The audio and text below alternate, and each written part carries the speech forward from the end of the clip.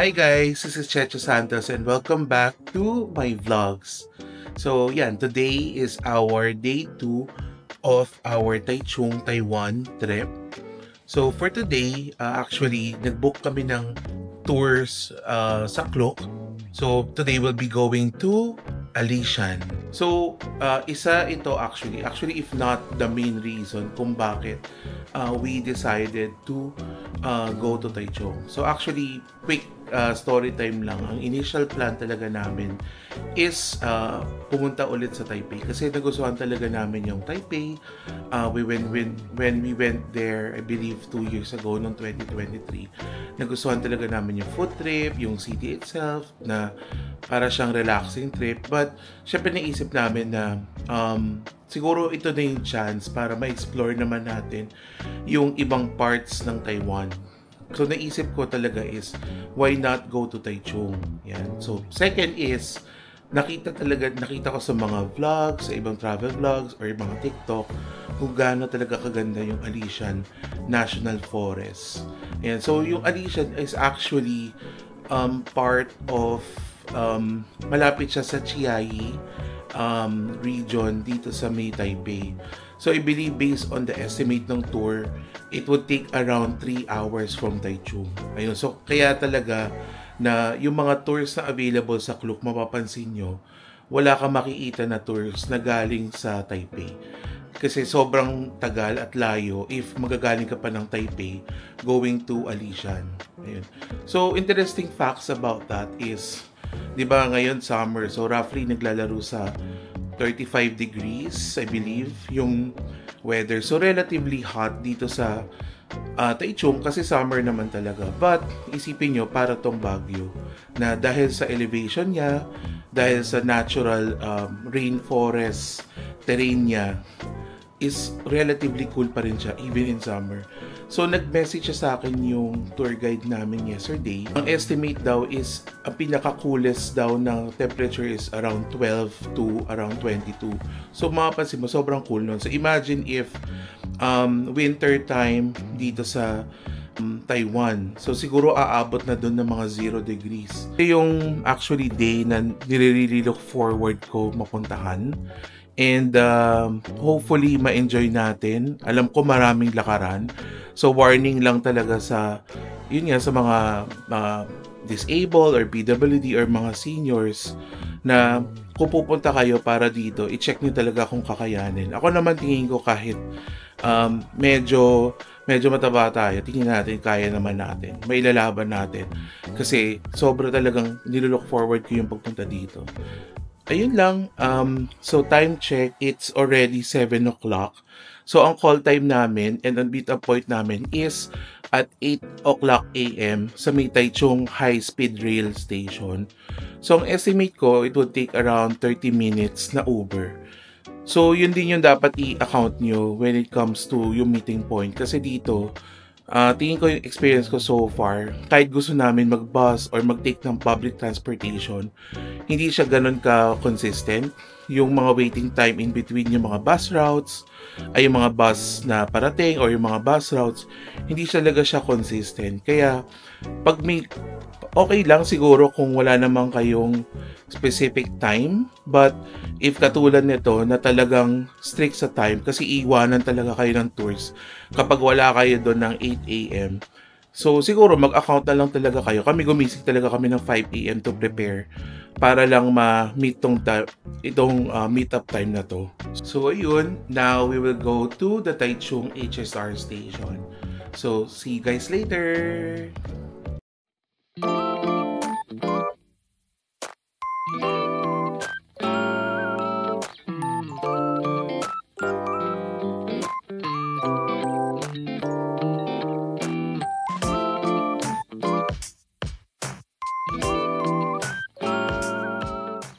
We are now here sa meet-up point ng ating Klook tour sa May Taichung High Speed Railway Station. Ayan. So this tour particular, yung Alishan Day Tour, Ang meetup point namin is dito sa may exit 7, meetup point 4.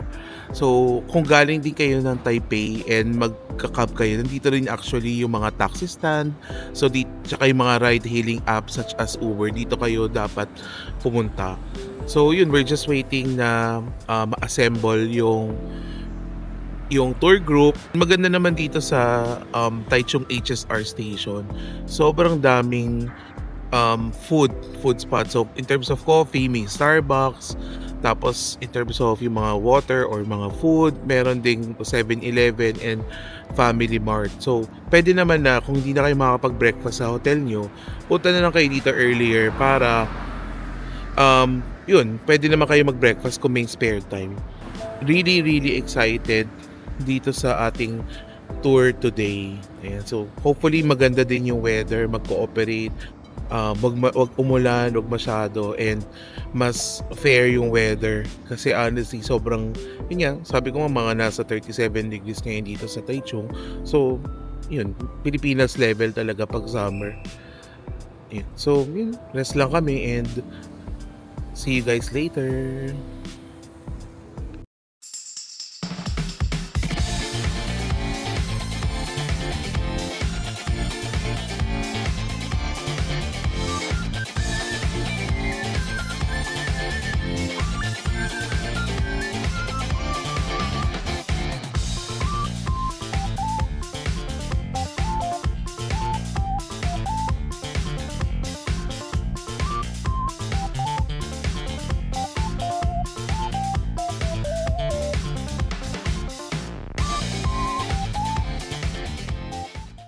Hi guys! Ayan, after 3.5 hours of travel by bus, nandito na tayo sa Alicia Natural Forest Recreation Area. Ayan, so ang ating starting point is also our end point. So sabi ng ating tour guide, dito tayo makikita sa Alicia Station. So binigay sa aming oras for lunch is 40 minutes lang. So now is 11:40. So matatapos tayo ng lunch around 12:20. And yung pagkikita namin dito is 3:30. So meron tayong roughly na almost 3 hours worth of time dito umikot sa may Alician Forest. So quick trivia lang. So in terms of weather, medyo cool na ngayon yung weather. Nasa 20 degrees Celsius. So imagine that, very cool talaga yung weather compared dun sa mismong city. And it is noon na. So ito na yung parang pinaka-hot for today. So may chances of raining din. So make sure na magdala kayo ng inyong mga rain gear, payong. And in terms of elevation, sabi nung aming tour guide, we are actually around 2,200 or 2,500 meters above sea level. So talagang mataas tong area na to. Ayan, so lilibutin namin to. So far, sobrang ganda. Talagang it gives you Baguio feels. Yung weather, yung ambiance, yung mga puno. Makita mo na may mga pine trees dito. Ayun. So yung biyahe naman, going here, sobrang paikot-ikot siya. So, di ba ang taas nga nung elevation. So talagang paikot-ikot siya. So kung maihiluhin kayo, make sure na be prepared for that. So siguro uminom na kayo ng Bonamine ahead of time para maiwasan yung suka. Kasi honestly, sobrang winding road talaga siya paakyat dito sa Alician Park. Ayun lang guys. So kain muna kami ng lunch, quick lunch lang na 40 minutes, and then we'll start na ikutin na yung buong Alician Park. So far, ang saya kasi ang sarap ng weather. Sobrang ang sarap lang maglakad-lakad at mag-chill. Ayan, so see you guys later.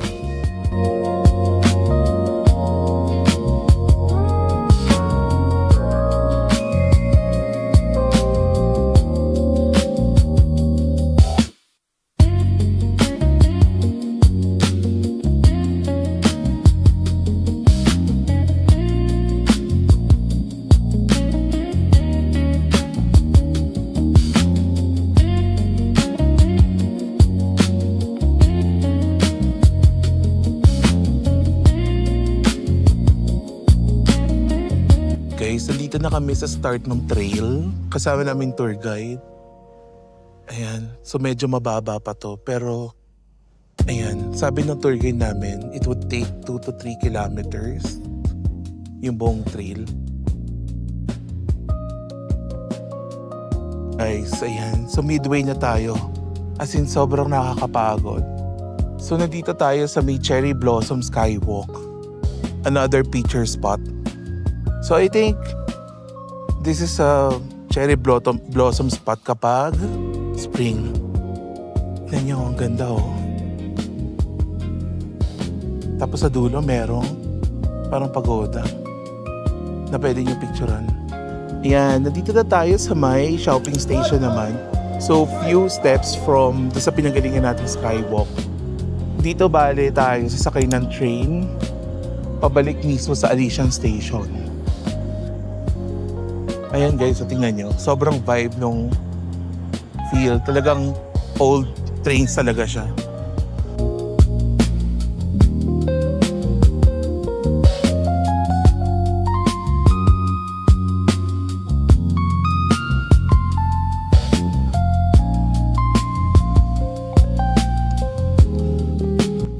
Hi guys, andito na tayo sa mismong forest trail. Napakaganda niya. Tingnan nyo, sobrang tataas ng mga puno. Dahil dyan, covered na covered yung ground. Kaya amoy, moist na moist siya. At dahil doon, yung lamig, yung weather niya, malamig-lamig siya talaga. Ayan, baba muna tayo. Sundan na natin yung tour guide natin.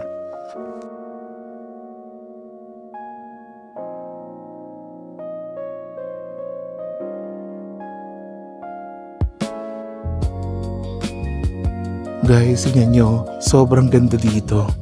As in, papunta na tayo dun sa sister ponds. So, dalawa siyang pond na magkatabi. So, sinasabi nila ito yung elderly and young pond ata.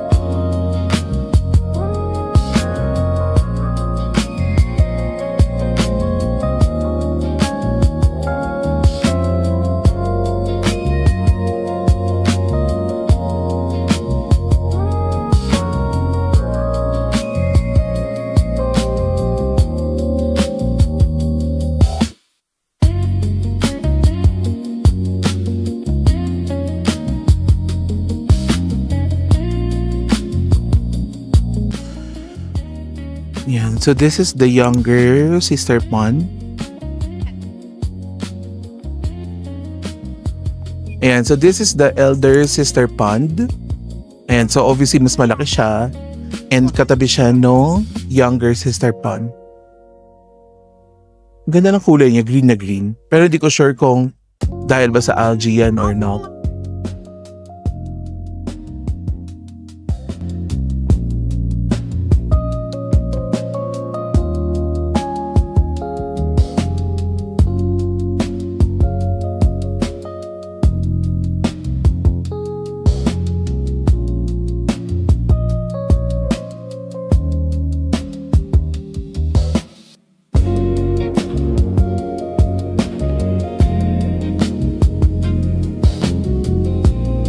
Ayan guys, after 1 hour na trekking ng 1 to 2 kilometers na pababa at akyat, nandito na tayo sa babang area. So nandito tayo sa harap ng Shujin Temple.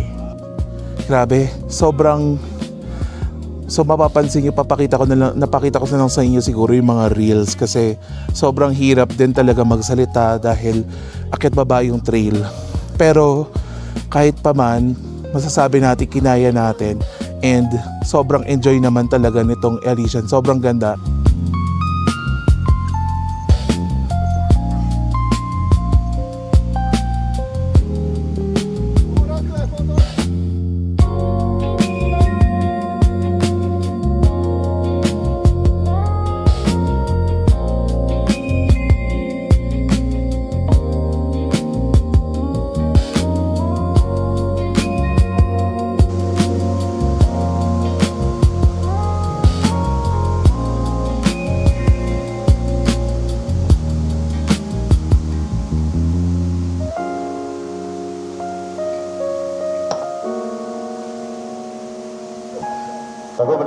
到登机站来列车登机站，已经购完票的客人们准备验票，请好车。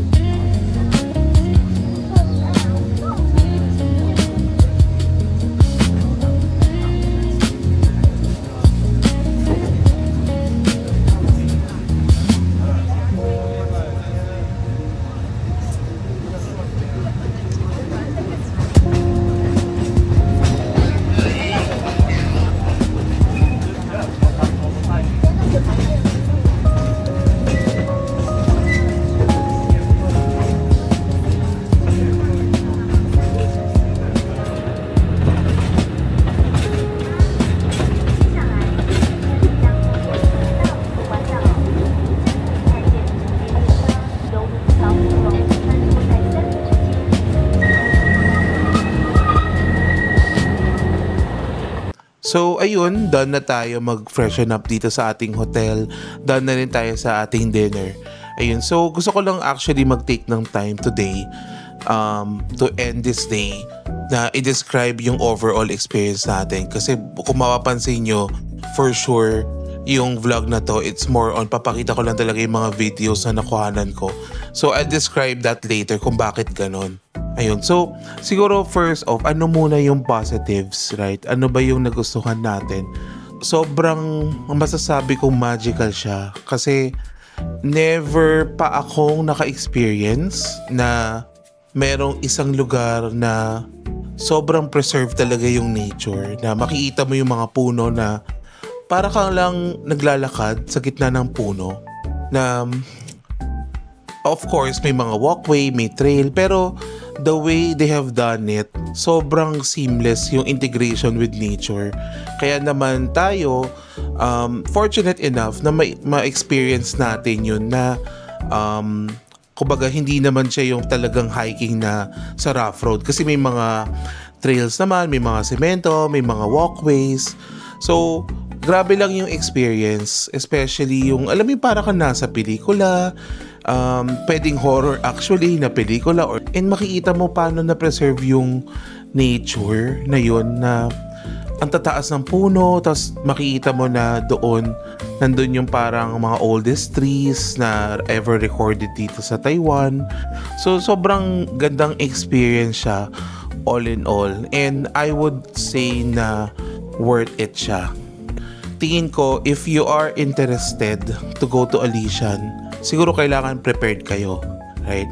So, first is, yun nga, sinabi ko sa inyo, the reason why hindi ako masyadong, kumbaga, na kapag na-rate or nasabi ko kung nasaan ako or nasabi ko yung experience ko is that, for me na physically challenged. Pag physically challenged ka, sobrang mahihirapan ka talaga. Kaya kung iniisip nyo na kunwari isasama nyo yung mga senior nyo magulang or mga PWD, hindi talaga siya pwede. Kasi akala ko parang pagpunta mo sa entrance, parang may konting lakad lang, nandun na yung parang trees and uwi na kayo. Hindi pala ganon. Sinabi nila 3-kilometer hike, but kaya siya, it feels very long kasi up and down yung hike na yun. Hindi lang siya patag na hike. Yun talaga yung number one na consideration. Second is yung biyahe itself, yun. So, yung the whole trip actually, nag-start kami ng 8 AM at nakabalik kami dito sa Taichung ng 7 PM. Yung travel lang to and from is actually 7 hours. Imagine that, 3 hours, 3.5 hours per way. So talagang 7 hours. So yun, talagang masakit sa likod kasi nga ang tagal niyong nakaupo sa bus, tagal niyong nakaano. And yun, sabi ko nga dahil yung elevation ng Alishan Mountain Range is actually sinabi is 2,000 to 2,500. Hindi ko alam exact but parang ganon, 2,500 meters above sea level. So imagine nyo yun, 'di ba? Na aakyatin nung kotse yun. So for sure, sobrang winding ng road. So kung mahihiluin kayo, make sure na paghandaan nyo yun. And I think yung third, this is minor. Siguro kaya rin na nahirapan kami kasi yung tour guide namin, yung talagang nagmamadali siya. Bawat spot, parang siguro hinto lang kayo ng mga 5 minutes, konting picture, tapos mamadali na siya and move on to the next spot. In fairness sa kanya, sobrang nag-end talaga kami on time. Palagi kami on time. Yun lang talaga dahil siguro nga kailangan niyang gawin yun kasi pag kailangan makaalis na rin kami sa Alishan ng mga 3:30 or 4 kasi isipin yung mountainous siya, wala siyang ilaw, wala siyang infrastructure. So I think delikado din talaga biyahe ng gabi. All in all, yun nga, sabi ko nga sa inyo, it's more of a caveat, diba? Kasi hindi ko naman kayo dinidiscourage na wag pumunta. Kasi honestly, even ngayon na pagod kami dito sa hotel, I still feel na it's all worth yung effort and pagod talaga. Kasi ang ganda talaga ng place. Even yung the way they have integrated yung mga railways. So imagine niyo yun, may mga ginawa silang mga railways para passage din ng mga tao, 'di ba? In a way, they are making it more accessible kasi kung wala naman yung mga yan, hindi natin magagawa to, 'di ba? Kumbaga we're not able to do that. Mas mahirap 'yun, 'di ba? All in all, so sobrang happy naman dahil diyan. Yung day namin tomorrow, we'll siguro revisit yung aming itinerary. Siguro we'll just go to 1 to 2 spots and then at night magpa-final grocery kami for mga pasalubong. If you've watched this video, thank you so much for watching my vlogs and I hope you enjoy it and panoorin niyo yung mga susunod. If you like my videos, kindly like my videos, share it, and also subscribe to my channel. Also, this is Checho Santos again. Thank you everyone and good night.